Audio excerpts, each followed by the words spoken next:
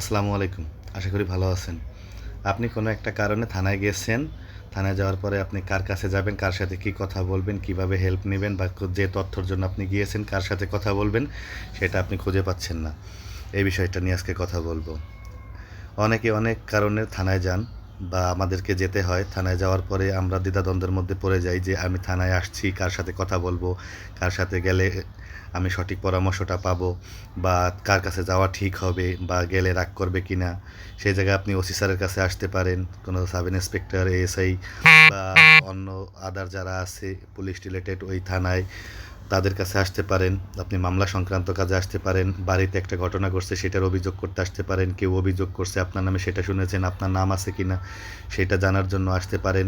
আপনার কোনো রিলেটিভকে ধরে নিয়ে আসছে, তার সাথে দেখা করতে আসতে পারেন। অথবা আপনার কোনো আত্মীয় স্বজন বলল যে ওই জায়গায় একটা ঘটনা ঘটছে, সেই জায়গায় শুনলাম তোমার নামও নাকি আছে, তুমি আসো কিনা, একটু তথ্যটা নিশ্চিত হয়ে আসো। এরকম বিভিন্ন ক্যাটাগরির ঘটনার কারণে প্রতিনিয়ত আমরা বিভিন্নজন থানায় এসে থাকি, থানার হেল্প নেই বা থানায় তথ্যের জন্য আসি।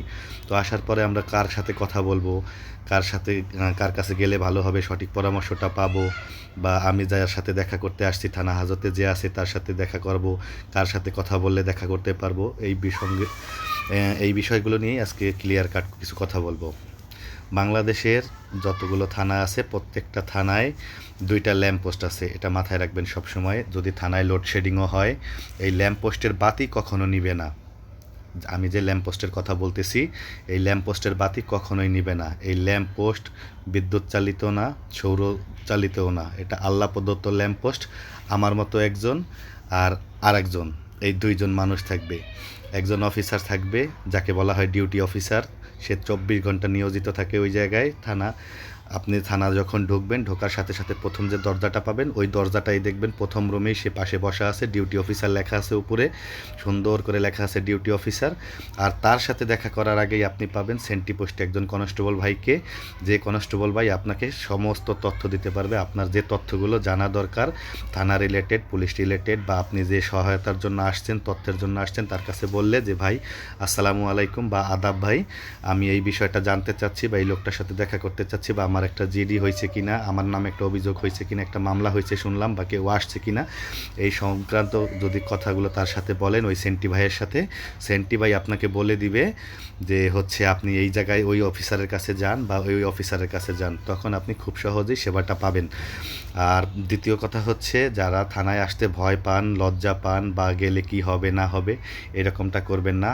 থানায় যারা নিয়োজিত আছে চাকরিতে, তারা প্রত্যেকেই এই দেশের জনগণ এবং এই দেশের জনগণের সেবা দেওয়ার জন্যই তারা ওই জায়গাটায় আছে। আপনার আমার পরিবার সবারই আছে, কিন্তু আমি আমার পরিবারকে রেখে আমি অন্য থানায়, অর্থাৎ আপনার থানায় থাকতেছি হচ্ছে শুধুমাত্র আপনার পরিবার, আপনার নিরাপত্তা, দেশের স্বার্থে। আর আপনি আপনার বাড়িতে বসে নিজের পরিবার এবং আপনার নিজের সব কিছু করতেছেন। তো সেক্ষেত্রে আমরা আমাদের একে অপরের শুভাকাঙ্ক্ষী ব্যতীত শত্রু নই। আমরা তারই শত্রু শুধুমাত্র যারা দেশের মানুষের ক্ষতি করে, দেশের ক্ষতি করে, সমাজের বিনাশ করে, সমাজের মানুষের ধ্বংসলীলা চালায়, এই সমস্ত। পুলিশ কখনোই জনগণের শত্রু নয়, পুলিশ জনগণের অবশ্যই বন্ধু। তবে যারা দেশের ক্ষতি করে, যারা মানুষের ক্ষতি করে, যারা অন্যের ক্ষতি করে, যারা হক নষ্ট করে, যারা খারাপ কাজ করে, পুলিশ তাদের শত্রু। পুলিশকে শত্রু ভাববেন না, বন্ধু মনে করে পুলিশের সাথে সঙ্গ দিবেন, সময় কাটাবেন।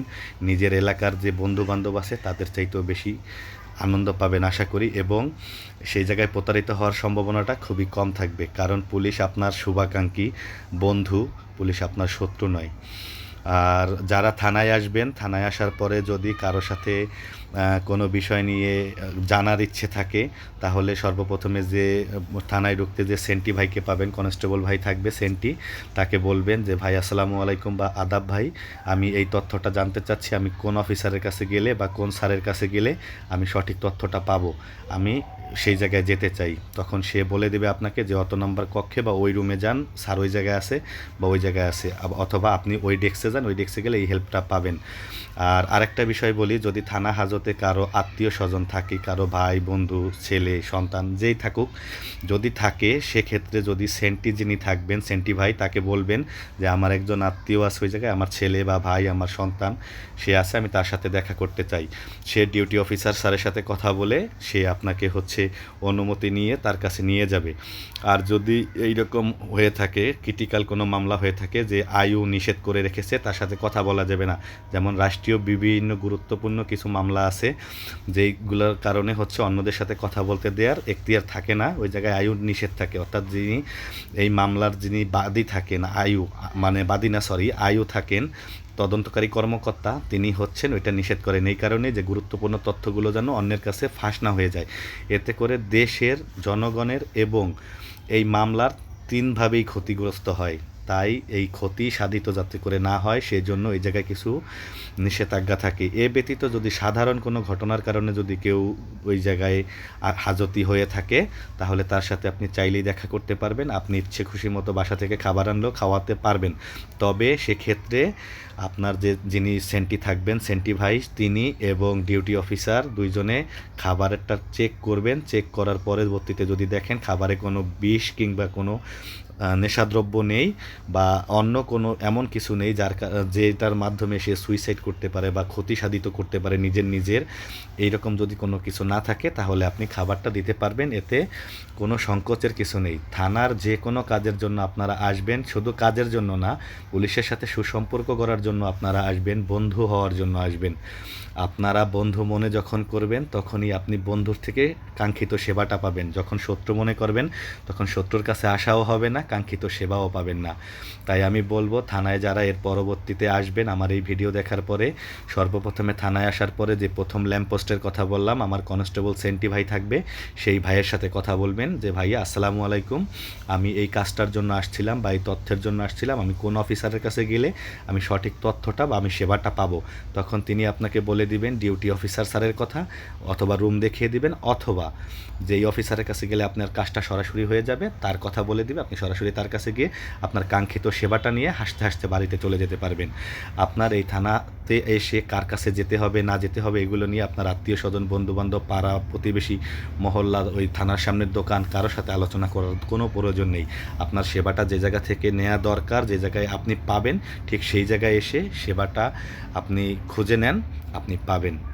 এবং একটা কথা মনে রাখবেন সবসময়, যে উত্তম ব্যবহার করে উত্তম সেবা পাওয়া খুব সহজ।